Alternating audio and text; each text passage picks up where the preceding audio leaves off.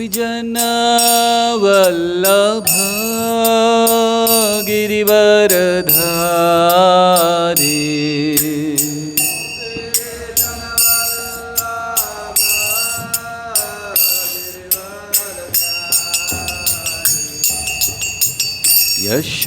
यशोदानंदन व्रज जन रंजन यशोदन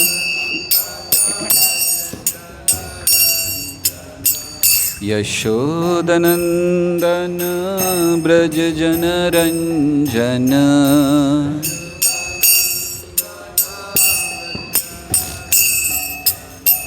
जमुना तीरावनचारी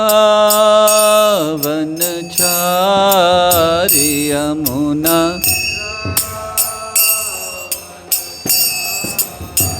जमुना तीरावनचारी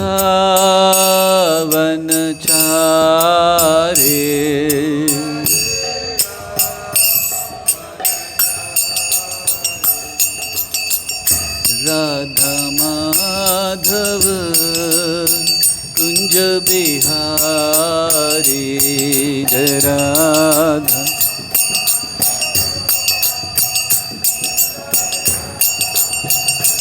हरे Krishna Krishna Krishna Hare Hare Hare Rama Ram Ram Hare Hare Hare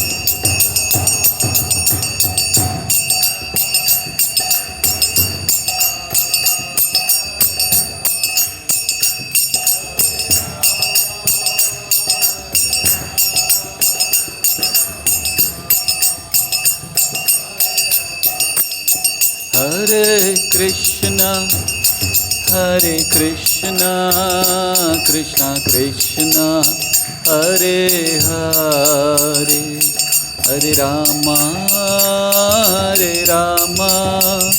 Ram Ram Hare Hare Hare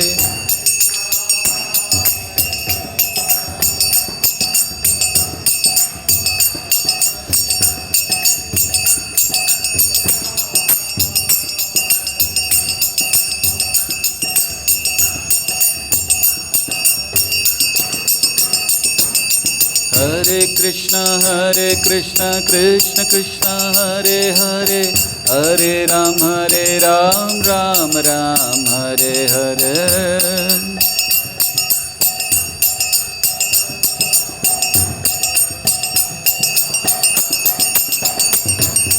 Hare Krishna Krishna Krishna Hare Hare Hare Ram Ram Hare Hare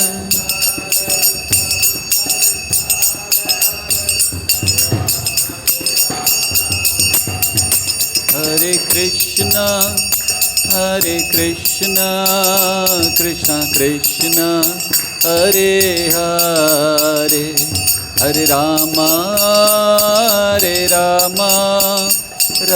Ram Hare Hare Hare Krishna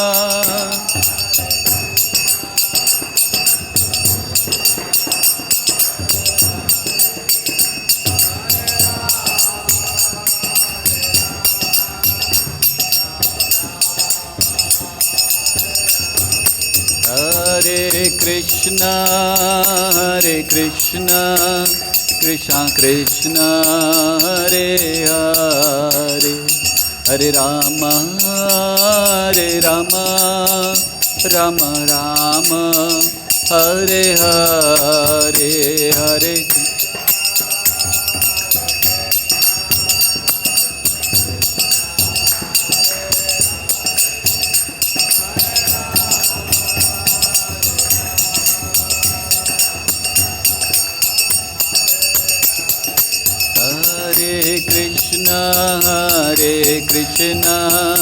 Krishna Krishna Hare Hare Hare Rama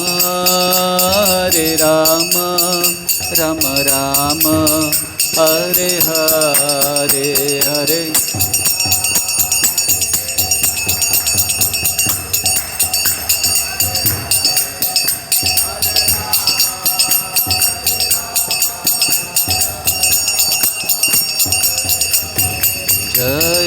गौर नटराज दयाल निताय, गौर नटराज जय दयाल निताय।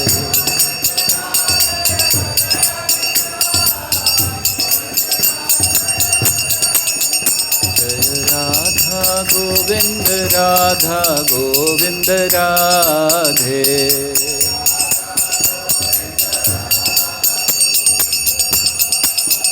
जय जय प्रभुपाद प्रभुपाद प्रभुपाद, जय जय प्रभुपाद।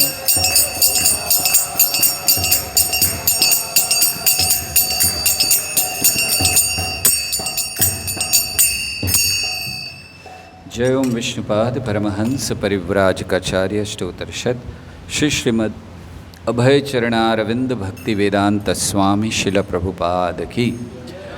इस्कॉन बीबीडी फाउंडर आचार्य शिल प्रभुपाद की। जय ओम विष्णुपाद परमहंस परिव्राजकाचार्य स्तोत्रषद श्री श्रीमद् भक्ति सिद्धांत सरस्वती ठाकुर शिल प्रभुपाद की। नामाचार्य शिल हरिदास ठाकुर की। प्रेम से कहो जय श्री कृष्ण चैतन्य प्रभु नित्यानंद श्री अद्वैत गदाधर श्रीवास आदि गौर भक्त वृंद की। उपस्थित भक्त वृंद की जय, उपस्थित भक्त वृंद की जय, उपस्थित भक्त वृंद की जय। श्री श्री गुरु गौरांग की जय।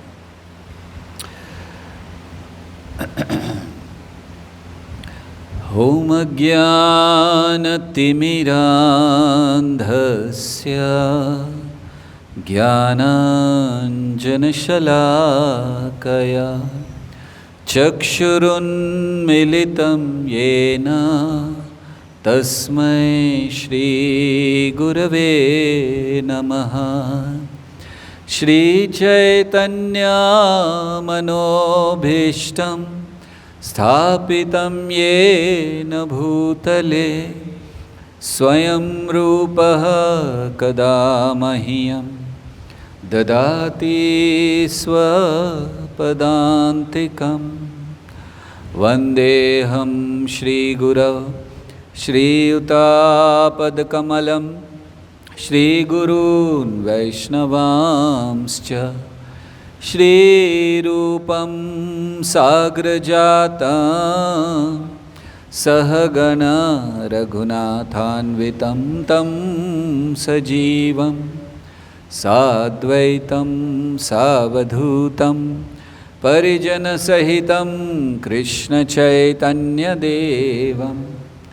श्रीराधा कृष्णपादान् सहगणा ललिता श्रीविशाखान्वितांश्च। हे कृष्ण करुणा सिंधो दीनबंधु जगत्पते गोपेश गोपिकाकांत राधाकांत नमस्तुते। तप्त कांचन गौरांगी राधे वृंदावनेश्वरी वृषभानुसुते देवी प्रणमामि हरिप्रिये। वाञ्छाकल्पतरुभ्यश्च कृपा सिन्धुभ्यैव च पतितानां पावनेभ्यो वैष्णवेभ्यो नमो नमः। नमो ॐ विष्णुपादाय कृष्णप्रेष्ठाय भूतले श्रीमते भक्तिवेदान्त स्वामिनिति नामिने। नमस्ते सारस्वते देवे गौरवाणी प्रचारिणे निर्विशेष शून्यवादी पाश्चात्यदेशतारिणे। जय श्री कृष्ण चैतन्य प्रभो नित्यानंद श्री अद्वैत गदाधर श्रीवासादि गौर भक्तवृंद। हरे कृष्णा कृष्णा कृष्णा हरे हरे, हरे राम राम राम हरे हरे। हरे कृष्णा। सो आप सबका स्वागत है। उत्सवों की श्रृंखला में पहला उत्सव झूलन यात्रा महोत्सव जो आने वाली 30 तारीख को है, और उसी उपलक्ष्य में कल से हम लोगों ने प्रारंभ किया भगवान के चरण कमलों के विषय में सुनना, चरण कमलों के स्मरण को बढ़ाना और उसके द्वारा अपने जप को, हरि नाम के जप को और अधिक अच्छा करना। तो कल चर्चा हम लोगों ने की थी भगवान के चरण कमल, चरण ही क्यों, और फिर कमल से ही क्यों तुलना की गई। साथ ही साथ शास्त्रों में, विशेषतः भागवत में क्या कहा गया भगवान के चरणों के विषय में, अलग अलग भक्तों ने क्या कहा, और फिर किस तरह ये जो स्मरण है, हमारी जो 9 विधियां हैं भक्ति की, श्रवणम कीर्तनम विष्णु स्मरणम पाद सेवनम, तो स्मरण जब बहुत तीव्र होता है तो पाद सेवनम कहलाता है, भगवान के चरण कमलों की सेवा। और इस स्मरण को तीव्र करने की विधि है भगवान के चरण चिन्हों का ध्यान करना, लेकिन उसके अर्थ को समझते हुए, उसके महत्व को समझते हुए। जैसे कल हम लोगों ने चर्चा प्रारंभ की शंख के ऊपर, तो हम सब जानते हैं शंख के विषय में, लेकिन भगवान के चरण चिन्हों पर, शंख चरण में जो शंख का चिन्ह है उसका क्या महत्व है हमारी भक्ति में, इसको जानते हुए, भगवान के नाम का जप करते हुए जब हम ऐसे चिन्हों का स्मरण करते हैं, उनको भगवान के चरणों में देखते हुए, तो स्वाभाविकतः कृष्ण के प्रति प्रेम बढ़ जाता है या कृष्ण का स्मरण बढ़ जाता है। तो इसीलिए हम लोग इस चर्चा को कर रहे हैं। और कल हमने पहले चिन्ह, जैसे हमने बताया कि भगवान के बाएं चरण में 8 चिन्ह हैं और दाहिने में 11, तो 8 में से एक चिन्ह की चर्चा प्रारंभ की और वो था शंख। तो आज उस चर्चा को आगे बढ़ाएंगे और फिर अन्य चिन्हों की भी आज चर्चा करेंगे। प्रयास कर रहे हैं कि आने वाले ये 5-6 दिनों में जितना समय बचा है, पूरे 19 चिन्हों के महत्व को समझ सकें। तो शंख की चर्चा कल हुई थी कि शंख 2 तरह से उपयोग में आता है, एक बजाने के लिए और एक अभिषेक के लिए। ये 2 अलग अलग शंख होते हैं, लक्ष्मी शंख और नारायण शंख। तो जो बजाया जाता है वो अभिषेक के लिए इस्तेमाल नहीं होता, और जो अभिषेक के लिए इस्तेमाल होता है उसको बजा ही नहीं सकते। तो इसीलिए 2 कार्य शंख करते हैं। कल हम लोगों ने शंखनाद का वर्णन सुना कि कैसे भगवान श्री कृष्ण भगवद गीता में प्रारंभ में ही हम लोग देखते हैं कि कैसे शंखनाद ये कौरवों के हृदय को विदीर्ण करता है। तो पहला शंखनाद का अर्थ था कि ये विजय का सूचक है, अर्थात जब हम भगवान के नाम का जप करें तो उस शंख को स्मरण करके हमें ये सोचना चाहिए कि जैसे उस शंख की ध्वनि से पांचजन्य ऋषिकेशो देवदत्त धनंजय, उस शंख की ध्वनि से भगवान ने सूचित किया कि पांडवों की विजय निश्चित है, इसी तरह उस शंख का हम स्मरण करके, उस दिव्य शंख का स्मरण करके हम ये जान सकते हैं कि हम लोग अपनी जिन शत्रुओं पर, षड रिपुओं पर विजय पाने का प्रयास कर रहे हैं, तो वो विजय निश्चित है अगर हम भगवान के चरण कमलों को इस तरह से स्मरण करते हैं। फिर आगे हमने वर्णन किया था कि कैसे भगवान ने पांचजन्य शंख को ग्रहण किया और फिर लेकर चले गए थे नरक में, और अलग अलग प्रकार के नरकों का वर्णन किया था, असिपत्र, रौरव, कुंभीपाक इत्यादि, और कैसे उनके सारे जितने वहाँ पर रहने वाले लोग थे वो सब आध्यात्मिक जगत को चले गए। इसी तरह हम लोग जिस जगत में हैं, अगर भगवान के शंख नाद का स्मरण करते हैं, विशेषतः जप के समय हमें प्रयास करना चाहिए कि भगवान से हम ये प्रार्थना करें। जब प्रारंभ करने से पहले प्रार्थना करें, जप के समय भी अपने मन को इन चिन्हों में लगाएं, जिससे हमारा मन इधर उधर और ना जाए। तो फिर उस समय हम प्रार्थना कर सकते हैं कि भगवान आगे हाथ बढ़ाइए। आपने भगवद गीता में वचन दिया है, तेषाम अहम समुद्धरता मृत्यु संसार सागरात भवामी न चिरात पार्थ मैया वेशित चेतसाम। तो हाथ बढ़ाइए और उद्धार कीजिए।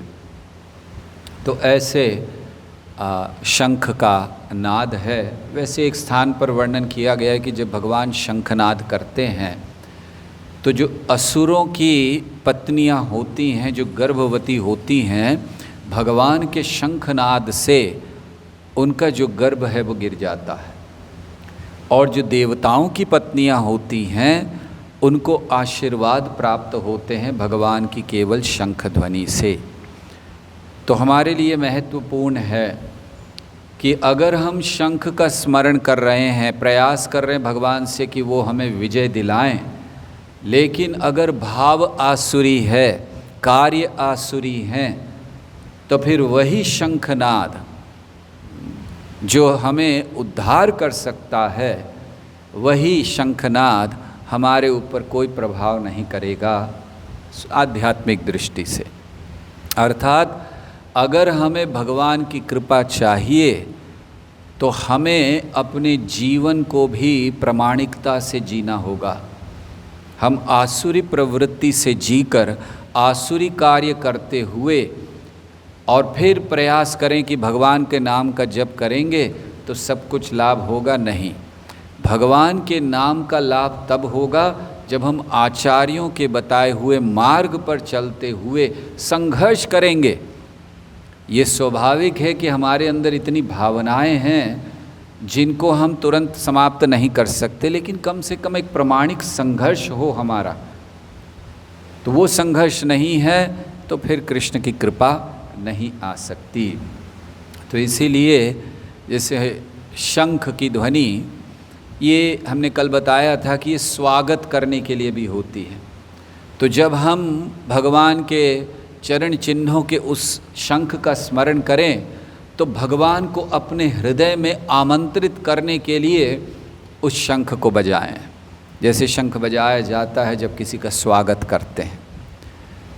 और शंख की बहुत महत्वपूर्ण कार्य, भगवान के हाथ में शंख चक्र गदा और पद्म रहते हैं। इनमें से शंख और पद्म ये आशीर्वाद देने के लिए हैं और गदा और चक्र दंड देने के लिए।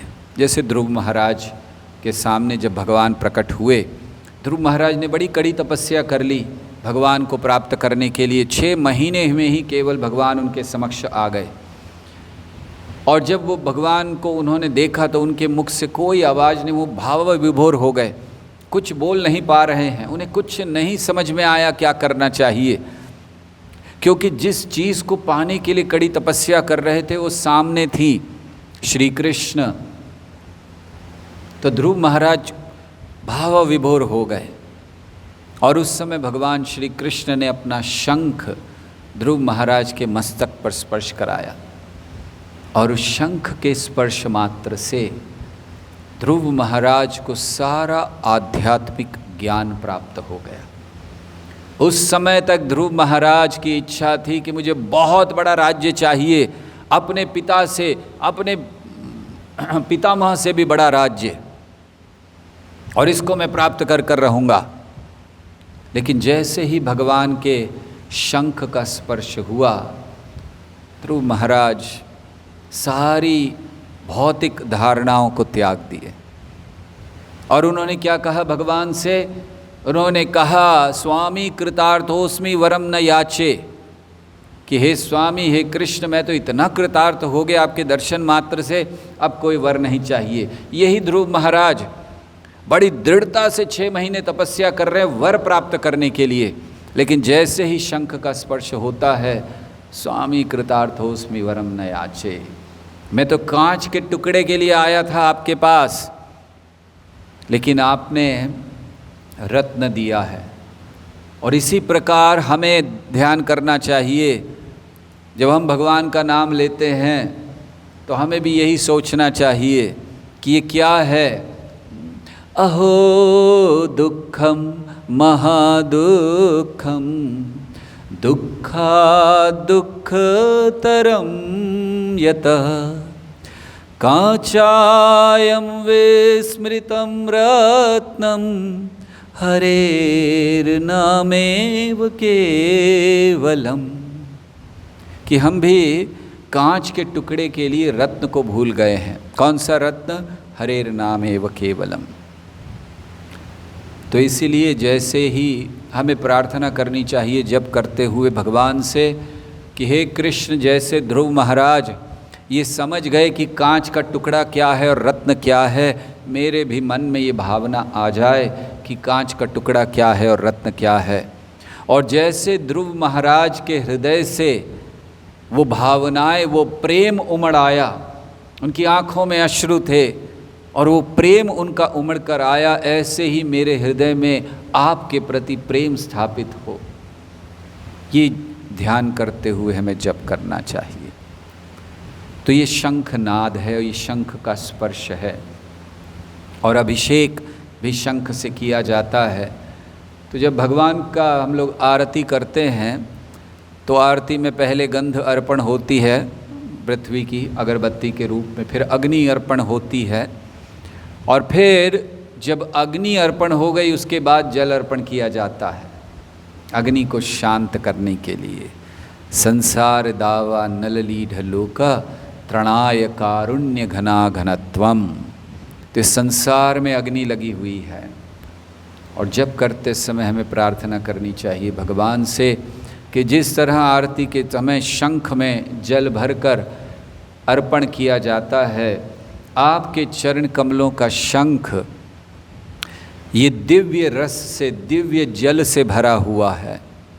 और ये दिव्य जल इस अग्नि का शमन कर सकता है जो करोड़ों करोड़ों जन्मों से मेरे अस्तित्व को समाप्त किए जा रही है। इसीलिए आपसे प्रार्थना है कि आप इस जल को हमारे मस्तक पर डालें ताकि वो अग्नि शांत हो सके। और इस जल को, जैसे भगवान के चरणों में ये जल है और यही भगवान के चरणों से जल निकलता है गंगा जो पावन करती हैं, तो ऐसे हमें भगवान के चरणों में जो शंख है उसका स्मरण करना चाहिए।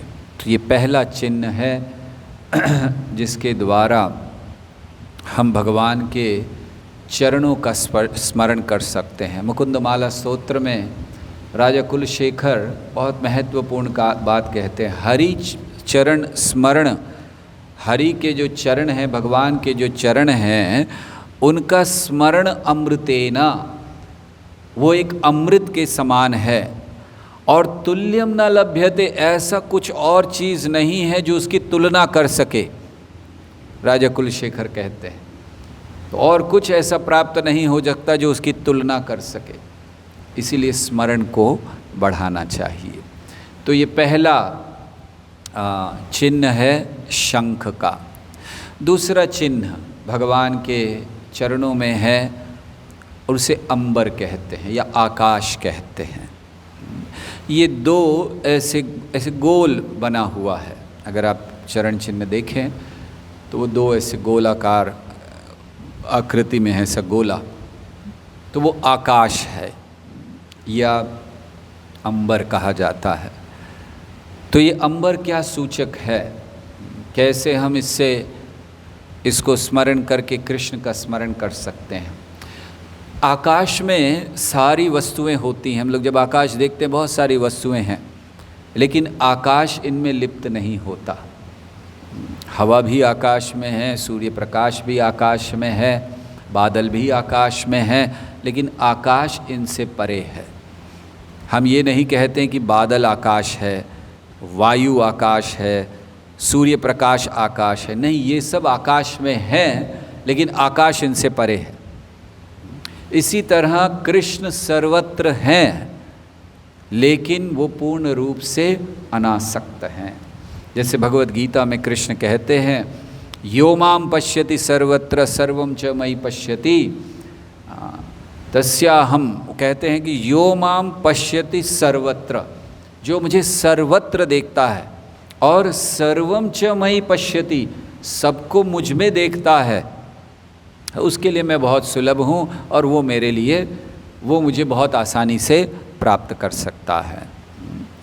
तो ये भगवान कहते हैं। तो ये हमारे अंदर भावना होनी चाहिए। जब हम अंबर को देखें, उस चिन्ह का स्मरण करें, तो जैसे आकाश सर्वत्र है लेकिन किसी में लिप्त नहीं है, इसी तरह कृष्ण सर्वत्र हैं। नमाम कर्माणि लिम्पन्ति, भगवान किसी कर्म में लिप्त नहीं होते या लिप्त नहीं होते। नमाम कर्माणि लिप्यते। तो भगवान कहते हैं कि वो सबसे परे हैं, या कहना चाहिए वो उदासीन है। उदासीन का अर्थ उदास होना नहीं होता है। उदासीन मतलब किसी चीज़ से उनको लेना देना नहीं है सब उनकी, सब उनसे प्रकट हुआ है। इसका एक बहुत सुंदर उदाहरण श्रील प्रभुपाद के जीवन में देखते हैं। श्रील प्रभुपाद ने बहुत सारे मंदिरों का निर्माण किया, और क्या करते थे, मंदिर बनाते थे, बस अभी अभी शिष्य मान लीजिए कि 4 महीना 6 महीना हुआ है ज्वाइन किए हुए, उनको टेम्पल प्रेसिडेंट बनाकर प्रभुपाद चल देते थे अगले स्थान पर, आगे प्रचार करना है। प्रभुपाद ने ये नहीं सोचा कि मैंने बनाया है और यहाँ तो मुझे रहना है, क्या होगा, इतना बड़ा मंदिर मैंने बनाया, जैसे जुहू का बना है मंदिर, वृंदावन का बनाया। प्रभुपाद ने ये नहीं सोचा कि बस अब इसको छोड़कर कहीं नहीं जाऊँ, नहीं, सौंप दिया और चल दिए। इसी तरह श्री कृष्ण ये इतना विशाल जगत बनाते हैं और देवताओं को सौंप कर चल देते हैं, ठीक है आप चलाओ इसे, और देवता चला रहे हैं ये सोच कर कि कभी कभी वो सोच लेते हैं हम मालिक हैं। तो भगवान ने ऐसे किया, और पूर्ण अनासक्त है, कोई उनको आसक्ति नहीं इस जगत में कि अरे ये मेरा है, ये जीव सारी मेरी वस्तुओं को इस्तेमाल कर रहे हैं लेकिन मेरी भक्ति नहीं करते, कोई बात नहीं, भगवान फिर भी दे रहे हैं, करते रहो, चिंता नहीं है। पापी है उसको भी सूर्य प्रकाश मिल रहा है, असुर है उसको भी हवा मिल रही है, राक्षस है उसको भी खाने के लिए मिल रहा है, पर कोई भी हो भगवान कर रहे हैं, अनासक्त हैं, जो करना है करो। तो ऐसे श्री कृष्ण का वर्णन है। तो कृष्ण सर्वत्र है, ये हमें जानना चाहिए। तो कैसे कृष्ण सर्वत्र हैं? ऐसा कोई एक स्थान ढूंढने का प्रयास कीजिए जहाँ कृष्ण नहीं है। सोचिए कि क्या कोई ऐसा स्थान है जहाँ कृष्ण नहीं है? कोई ऐसा स्थान हो ही नहीं सकता। कृष्ण सब जगह अपनी शक्ति के रूप में व्याप्त हैं। जो कुछ है उनकी शक्ति का रूपांतरण है, इस जगत में भी और आध्यात्मिक जगत में भी। आध्यात्मिक जगत भी प्रकट होता है, चलता है, लीला होती हैं भगवान की शक्ति से। भगवान की अलग अलग शक्ति हैं वहाँ पर। पराश शक्तिर्विविधैव श्रूयते स्वभाव की ज्ञान बल क्रिया चा। जय श्री गौर नटराज दयाल निताय की जय। तो ऐसे ये आकाश है। और फिर इस जगत में क्या करते हैं हम लोग? जैसे इस जगत से एक स्थान बताया गया है कि भगवान का धाम है, भगवान सर्वत्र हैं, लेकिन हम तो देख नहीं पाते सर्वत्र। यही भौतिक जगत है। भौतिक जगत का अर्थ केवल इतना है, वो स्थान जहाँ हम कृष्ण को देख नहीं पाएँ, वो भौतिक जगत है। बस बड़ी सरल परिभाषा है भौतिक जगत की। ऐसा जो स्थान जहाँ हम, ऐसा नहीं कि वो स्थान जहाँ कृष्ण नहीं है, लेकिन वो स्थान जहाँ हम कृष्ण को देख नहीं पाएँ, वो भौतिक जगत है। तो कहाँ नहीं देख पाते हम कृष्ण को? जब हम भोग करने के लिए बड़े आतुर होते हैं, हम कृष्ण को नहीं देख पाते। कोई भोग करेगा ये जानते हुए कि कृष्ण साथ में खड़े हुए हैं। पाप करते हैं तो कृष्ण को देख नहीं पाते, वो भौतिक जगत है। क्यों? पाप करते हुए अगर पता हो कि कृष्ण देख रहे हैं, अच्छा ये देखो तुम्हें कर्म का नियम मिलने वाला है, पाप नहीं होगा। हम भूल जाते हैं, कृष्ण हैं भूल जाते हैं, कृष्ण हमारे साथ हैं भूल जाते हैं। तो इसीलिए ये जानना कि कृष्ण, और क्या करते हैं हम लोग ये समझते हुए कि ये भौतिक जगत है। जैसे कई बार लोग कहते हैं कि दुनिया की बाकी सारी चीज़ें कृष्ण को अर्पण कर सकते हैं। कुछ नहीं मेरा सब कुछ तेरा जय जगदीश हरे। तो उसमें कहते दिल्ली का कुतुब मीनार तुम्हारा, दिल्ली का लाल किला तुम्हारा, अर्पण तुमको, तेरा तुझको अर्पण। तेरा तुझको अर्पण मतलब वो दिल्ली का किला ले जाइए, राष्ट्रपति भवन ले जाइए, कोई चिंता नहीं, लेकिन मेरा घर तो मुझको अर्पण। तेरा तुझको अर्पण, मेरा मुझको अर्पण। हम लोग ऐसी चीज़ों को संग्रह करते हैं, इसीलिए कृष्ण दिखते नहीं हैं। एक बार एक व्यक्ति एक आश्रम में आया, तो साधु रहते थे वहाँ पर। तो उसने आश्रम में देखा ज़्यादा कुछ था ही नहीं आश्रम में, तो सामान नहीं। अब आप किसी के घर जाओ मान लीजिए, और उनका घर बस एक कमरा हो, कुछ भी ना हो उसमें, ना बेड है, ना कपड़े हैं, ना कैसे रहे, तो आप स्वाभाविक है पूछोगे भाई क्या बात है, आपका सामान कहाँ है। तो उस व्यक्ति ने पूछा कि आपका सामान कहाँ है।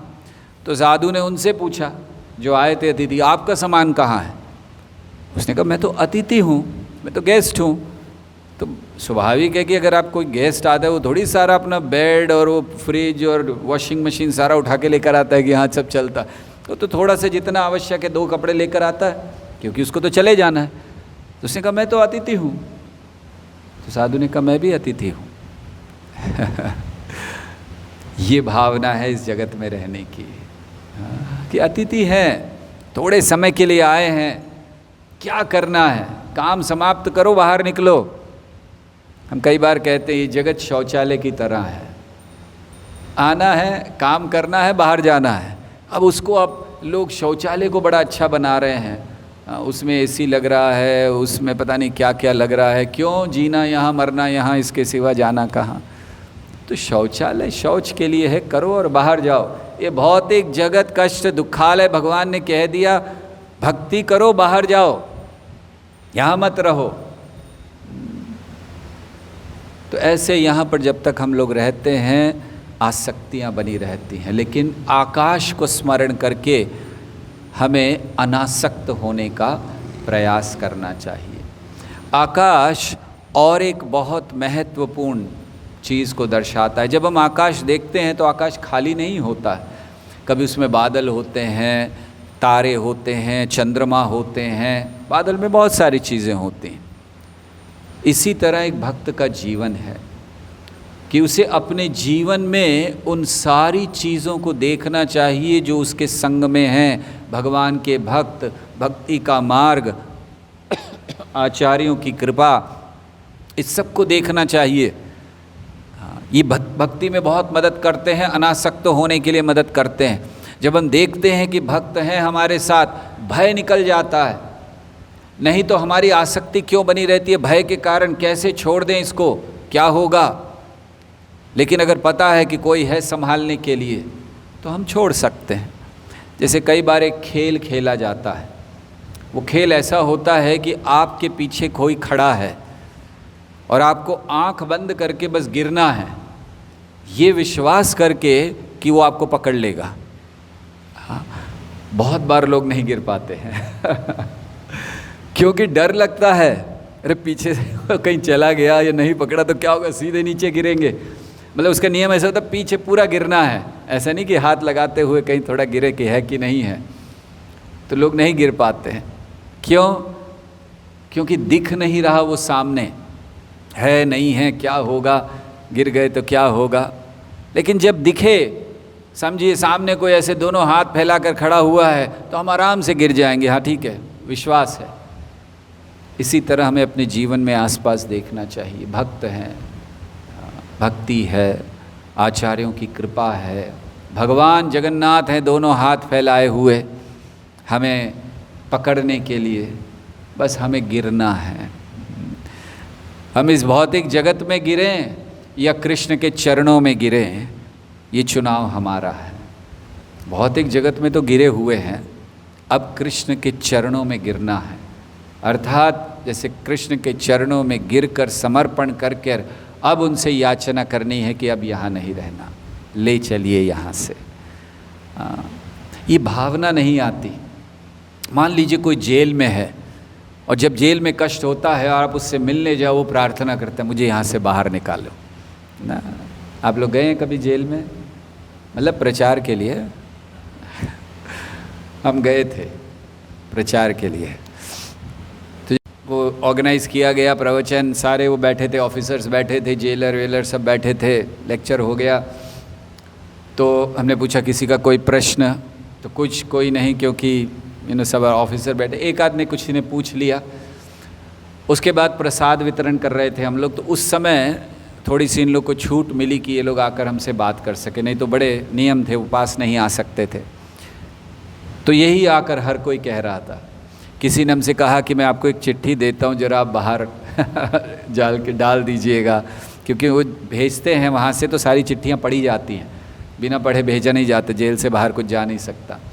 तो किसी ने कहा अब ये कर दीजिएगा। कोई आकर कहने लगा कि मुझे मेरी पत्नी के खून के जुर्म में मेरे को यहाँ पर रखा है, मैंने एक्चुअली उसका खून नहीं किया, आप कुछ कीजिए मुझे बचाने के लिए, मेरा नाम ये है।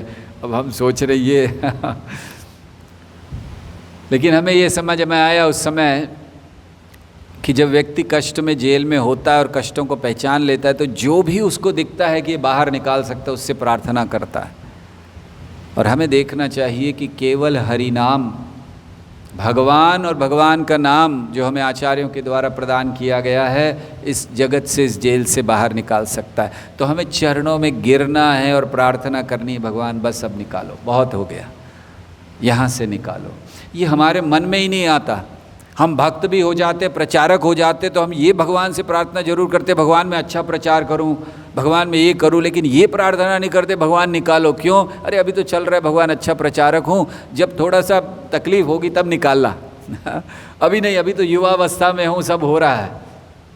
राजा कुलशेखर कहते हैं अभी इसी समय कृष्ण त्वदीय पद पंकज पंजरांतम अद्वैव में विशतु मानस राजहंस प्राण प्रयाण समये कफवात पित्तये कंठावरोध निवधो स्मरणम कुतस्ते। प्रभुपाद इसको बहुत कोट किया करते थे, बड़ा प्रिय श्लोक था श्रील प्रभुपाद का। तो क्या कह रहे हैं राजा कुलशेखर कि अभी मेरा शरीर ठीक है, तो अभी मेरे मन को आपके चरण कमलों में लगने दीजिए, पता नहीं मृत्यु के समय क्या होगा। कफवात पित्त, कफ से, वात से, पित्त से पूरा कंठावरोध, ये जो कंठ है भर जाएगा। स्मरणम कुतस्ते, कहाँ स्मरण होगा आपका? तो इसीलिए ये हमें सोचना चाहिए। तो ये जो आकाश है ये हमें दर्शाता है कि किस तरह हमारे आसपास सब हैं और उनका हमें सहयोग लेते हुए, उनकी कृपा लेते हुए भगवान को प्राप्त करना है। ये जो दो वृत्ताकार हैं, वृत्त है जो, ये वृत्ताकार चिन्ह है आकाश का, ये उस वृत्त को भी सूचित करता है जहाँ भगवान ने रासलीला की।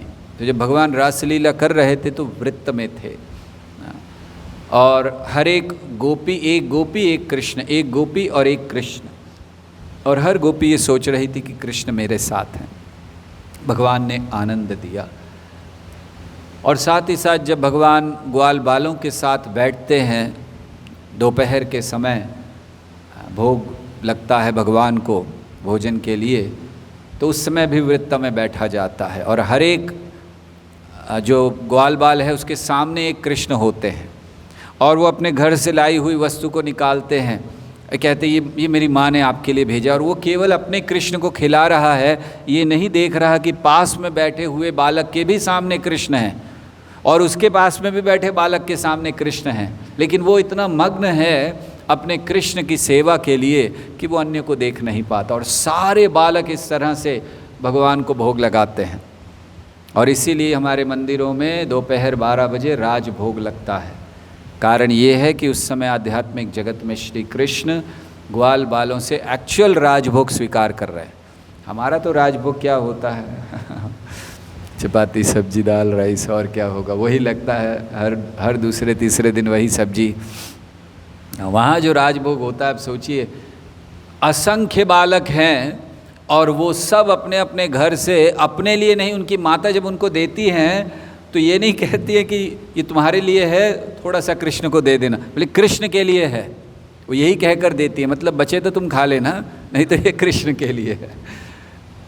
और वो सब कृष्ण आनंद लेते हैं उसका, तो वो राजभोग होता है। आप सोचिए क्या राजभोग होता होगा, कितने प्रकार की मिठाइयाँ, कितने प्रकार के पकौड़े, कितने प्रकार के जूस। इसका थोड़ा सा वर्णन एकदम संक्षेप में कभी कभी अगर हम सुनना चाहें तो हमें भोग आरती पढ़ लेनी चाहिए। भगवान भक्ति विनोद ठाकुर लिखते हैं कि क्या क्या खाते हैं भगवान एक समय में। तो वृत्ताकार ये जो है ये वो उसका भी सूचक है।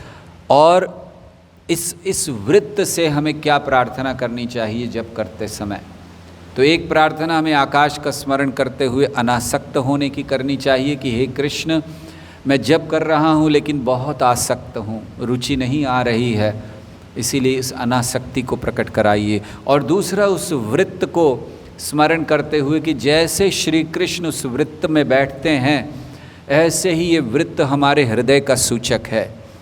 तो हमें प्रार्थना करनी चाहिए कि हे कृष्ण, जैसे आप उस वृत्त में हर ग्वाल बाल के सामने बैठते हैं, जैसे रास लीला में हर गोपी के सामने रहते हैं, कृपया मेरे हृदय के वृत्त में भी आप प्रवेश कीजिए, ताकि मेरे हृदय में ये शुद्धता आए और मैं आपके नाम का उच्चारण बड़े हृदय से, शुद्धता से और श्रद्धा से ले सकूं। हरे कृष्णा कृष्णा कृष्णा हरे हरे, हरे राम राम राम हरे हरे। तो ऐसे जब हम ये दूसरे चिन्ह का स्मरण करें, अंबर का, आकाश का, तो श्री कृष्ण से प्रार्थना करनी चाहिए जप करते हुए। देखिए धीरे धीरे जैसे हम इन चिन्हों का वर्णन करते जाएंगे, पहले तो हमारे आप सबके मन में आया होगा कि कैसे ये चिन्हों को याद करके हम कृष्ण का स्मरण कर सकते हैं। जैसे कल किसी ने प्रश्न भी किया था कि क्या लाभ होगा इन चिन्हों का स्मरण करके। लेकिन अब जैसे जैसे हम लोग सुनते जा रहे हैं कि किस प्रकार अगर ये स्मरण हमारा रहे जप के समय, तो स्वाभाविक है भौतिक भावनाएं, भौतिक भोग की इच्छा, कामनाएं, वासनाएं हमें कष्ट नहीं देंगी। तो इसीलिए बहुत महत्वपूर्ण है भगवान के इन चरण चिन्हों को विस्तार से समझना। तो ये दूसरा चिन्ह है अंबर का। हम थोड़ा सा तेज जाने का प्रयास कर रहे हैं ताकि सारे चिन्हों का वर्णन हो सके, नहीं तो ऐसा होगा कि 6 दिन में केवल 6 चिन्हों का वर्णन होगा, 19 चिन्ह हैं तो फिर कई चिन्ह रह जाएंगे। और हम नहीं चाहते कि इस श्रृंखला में ऐसा हो, क्योंकि आप में से कई लोग हमारे ऊपर आरोप लगाते हैं कि हम कोई चीज़ प्रारंभ करते हैं उसको पूरा नहीं करते हैं। मतलब ये श्रृंखलाओं को, कई श्रृंखला को हम पूरा नहीं कर पाए, लेकिन अब प्रयास करेंगे। तो तीसरा चिन्ह हम लोग चर्चा करेंगे वो है धनु या धनुष। तो तीसरा चिन्ह है भगवान के चरण में ऐसे धनुष बना हुआ। तो धनुष भी बहुत महत्वपूर्ण चिन्ह है। धनुष क्या है? जैसे रामचंद्र जी धनुष लेकर खड़े होते हैं, सुरक्षा, हमारी सुरक्षा है श्री कृष्ण के चरण। तो जब हम धनुष को या धनु को स्मरण करें तो हमें ये जानना चाहिए कि कृष्ण खड़े हैं हमारे लिए, कृष्ण हैं हमारी रक्षा करने के लिए। क्योंकि अगर कृष्ण नहीं हो तो सब कुछ होते हुए भी रक्षा नहीं हो सकती हमारी। और इसका बहुत सुंदर उदाहरण अर्जुन है स्वयं। जब श्री कृष्ण इस धराधाम को छोड़कर चले गए, अर्जुन वापस आ रहे थे, परास्त हुए, और फिर जब आए मुंह लटकाए हुए युधिष्ठिर के सामने, युधिष्ठिर ने देखा क्या हुआ। युधिष्ठिर बड़े भयभीत हो गए। उनको आशंका तो पहली यही हुई कि क्या कृष्ण चले गए, लेकिन पूछा नहीं। बहुत कुछ और बातें पूछकर अंत में पूछते हैं क्या कृष्ण चले गए हैं। और उस समय अर्जुन कहते हैं मैं वही अर्जुन हूँ और ये मेरा वही गांडीव धनुष है, लेकिन अब शक्ति नहीं है। कृष्ण चले गए, इसका कोई उपयोग नहीं, अब ये केवल व्यर्थ हैं। अर्जुन उदाहरण देते हैं किस तरह व्यर्थ हैं। अर्जुन कहते हैं कि जैसे राख हो और उसमें घी डाला जाए, क्या फ़ायदा है? घी अग्नि में डाला जाता है यज्ञ की, राख पड़ी है उसमें घी डालिए, व्यर्थ है। दूसरा उदाहरण वो देते हैं कि अगर कोई जादूगर हो और जादू से वो पैसे को प्रकट करे, उसका कोई लाभ नहीं है। जैसे प्रकट हुआ वैसे चला भी जाएगा, है ना। जो जादू का पैसा होगा वो असली तो नहीं होगा, और असली होगा तो इनकम टैक्स वाले उसको पकड़ लेंगे, हो ही नहीं सकता असली। तो वो कहते हैं कि जैसे जादू, जी अर्जुन ने उदाहरण दिए, तो अर्जुन कहते हैं कि जैसे राख में घी डाला जाए, जैसे जादू का कोई जादू से धन इकट्ठा हो जाए तो वो बेकार है, व्यर्थ है। और तीसरा उदाहरण वो देते हैं कि अगर बंजर भूमि पर बीज डाले जाएं तो फिर क्या लाभ है ऐसे कार्य का, क्योंकि उससे तो कभी फल आने वाला नहीं है, पेड़ आने वाला नहीं है। तो इसी तरह हमें स्मरण करना चाहिए कि अगर हमारे पास कुछ है, अगर कोई रक्षा कर सकता है तो हमारे ये संसाधन नहीं, हमारे संबंधी नहीं। जैसे गजेंद्र ने सोचा, जब घड़ियाल ने पकड़ लिया उस समय सारे उसके मित्र, उसके संबंधी, उसकी पत्नी, उसके बच्चे सब खड़े हैं उधर, लेकिन कोई रक्षा नहीं कर पाया। इसीलिए सुरक्षा केवल कृष्ण के चरण कमलों में है, इसको हमें जानना चाहिए। नहीं तो हम लोग केवल देखते रहेंगे कि हमें लगेगा यही सब हमें हमारी रक्षा करेंगे। आत्मसैन्य से सतस्वपि तेषां प्रमत्त निधनम पश्यन अपि न पश्यति। तो क्या सोचते हैं कि ये जितने भी मेरे पति पत्नी बच्चे ये सब आत्मसैन्य से मेरे सैनिक हैं, रक्षा करेंगे। क्या रक्षा करेंगे? कोई रक्षा नहीं कर सकता। केवल सुरक्षा है श्री कृष्ण के चरण कमलों का आश्रय। प्रभुपाद कई स्थान पर ऐसे उदाहरण देते हैं, जैसे वो कहते हैं कि अच्छे से अच्छी मेडिकल सुविधा होते हुए भी व्यक्ति मर जाता है, कोई रक्षा नहीं कर पाता। अच्छे से अच्छा डॉक्टर हो, व्यक्ति मर जाता है, तो कौन रक्षा कर पाता है? तो इसीलिए ये हमें बहुत ध्यान रखना चाहिए कि हमारा सुरक्षा केवल श्री कृष्ण के चरण कमल हैं।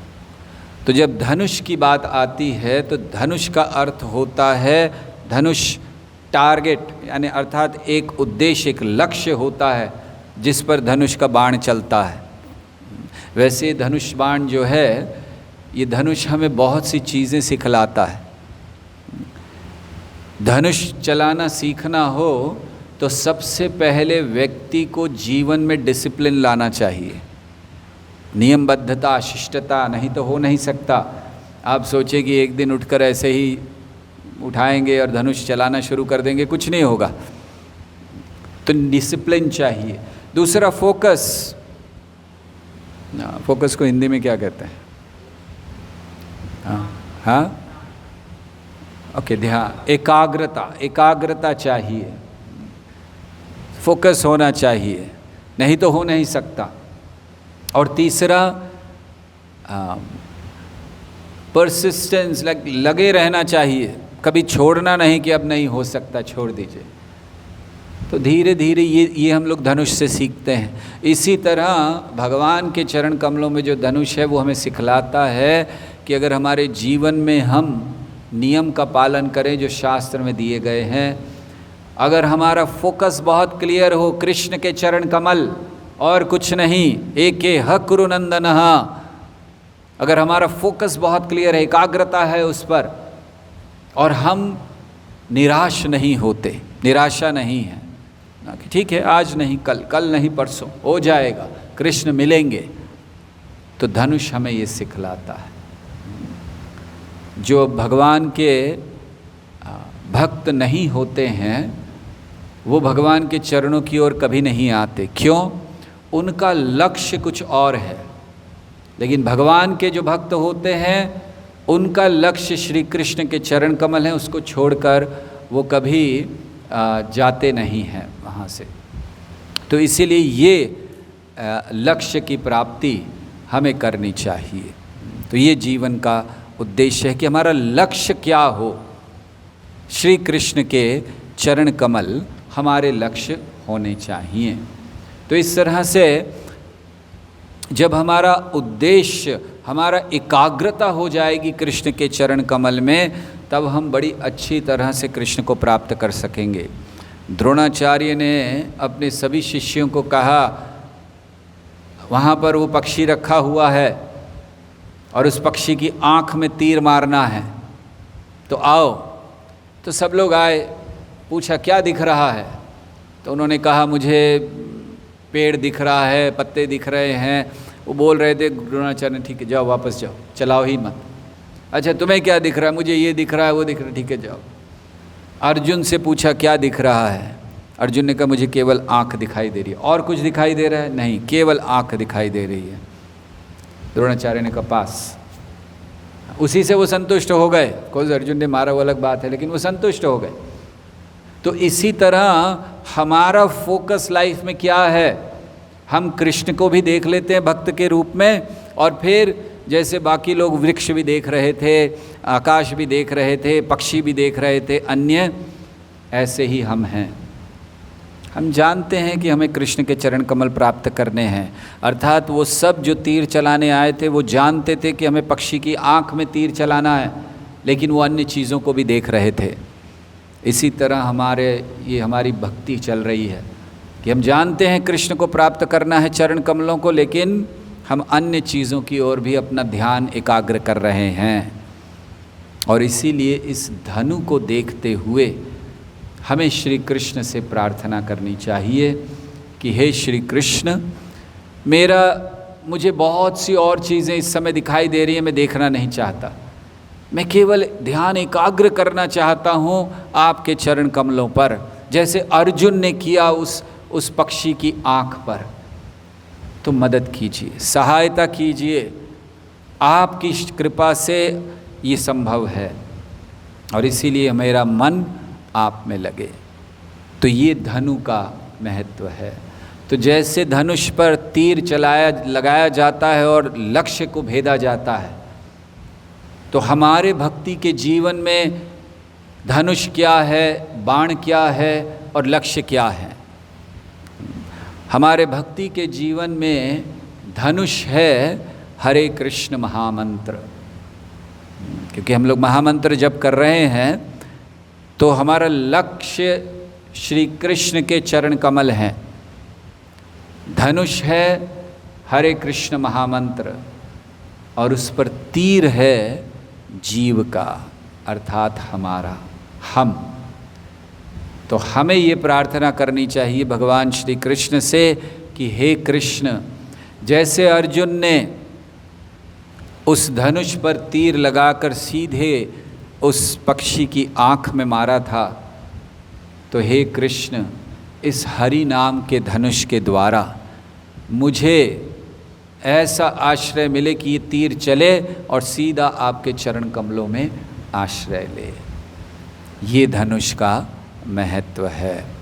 तो इसीलिए हमें भगवान से ये प्रार्थना करनी चाहिए कि हे कृष्ण, मेरा मन, मेरी चेतना, मेरा अस्तित्व, ये केवल आपके चरण कमलों के लिए है, और वो ही मेरा लक्ष्य हो, मैं लक्ष्य से इधर उधर भटक ना जाऊं। कई बार ऐसा होता है, हम लोग भक्ति करना चाहते हैं, अपने लक्ष्य से भटक जाते हैं। हमारा लक्ष्य स्पष्ट होना चाहिए, पहुंचने का मार्ग स्पष्ट होना चाहिए।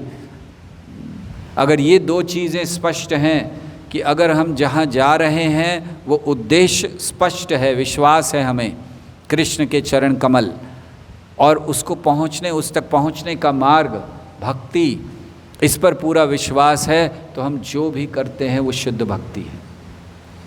लेकिन जब विश्वास नहीं है तो हम भटक जाते हैं।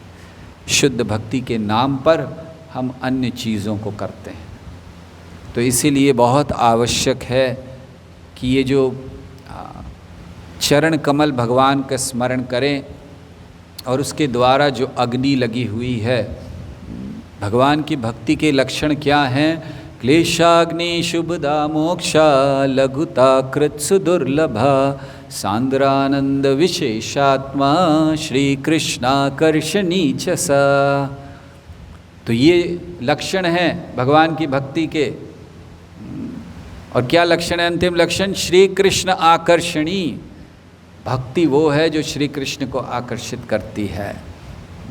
भक्ति वो है जो क्लेशाग्नि, ये जो क्लेश भरी हुई है सब जगत में, उस अग्नि को शांत करती है। ये महामंत्र है भक्ति, अर्थात जिसका प्रारंभ बोलने से होता है। जिह्वादो, भगवान की सेवा का प्रारंभ जिह्वा से होता है, अर्थात महामंत्र के उच्चारण से। तो महामंत्र क्या है? क्लेशाग्नि को शांत करने वाला, शुभदा, जीवन में शुभत्व को भर देने वाला। हम सब कुछ शुभ करना चाहते हैं, मुहूर्त देखते हैं ये शुभ है कि नहीं समय। विवाह के लिए बड़े ध्यान से मुहूर्त निकाला जाता है, शुभ मुहूर्त, और फिर होता क्या है हम सब जानते हैं। उसके बाद वो शादी के समय भी कहते हैं शुभ मंगल सावधान, तो उनको लगता है सब कुछ शुभ हो रहा है। अरे अगर सब कुछ शुभ हो रहा है तो आगे जो होने वाला है वो क्यों शुभ नहीं है? क्योंकि शुभत्व केवल भक्ति, केवल महामंत्र प्रदान करता है। तो क्लेशाग्नि, शुभधा, मोक्षा लघुता कृत, ये ऐसा महामंत्र है, ये ऐसी भक्ति है जो मोक्ष को भी लघु कर देता है। मोक्ष लघुता कृत मतलब मोक्ष भी उसके सामने बहुत छोटा हो जाता है। कोई चिंता नहीं करता भक्त मोक्ष की। न धनम न जनम न सुंदरिम कविताम वा जगदीश काम ये मम जन्मनी जन्मनीश्वरे भवताद भक्ति रहे तुकी त्वयि। तो मोक्ष लघुताकृत सुदुर्लभा, ये बहुत दुर्लभ है। हम लोगों को तो बड़ी आसानी से मिल गया भक्ति का मार्ग। हाँ, खेलते कूदते मिल गया हम लोगों को, यही हुआ है ना। कहीं कॉलेज जा रहे थे, किसी से टकरा गए, हो गया चालू भक्ति का मार्ग, राइट।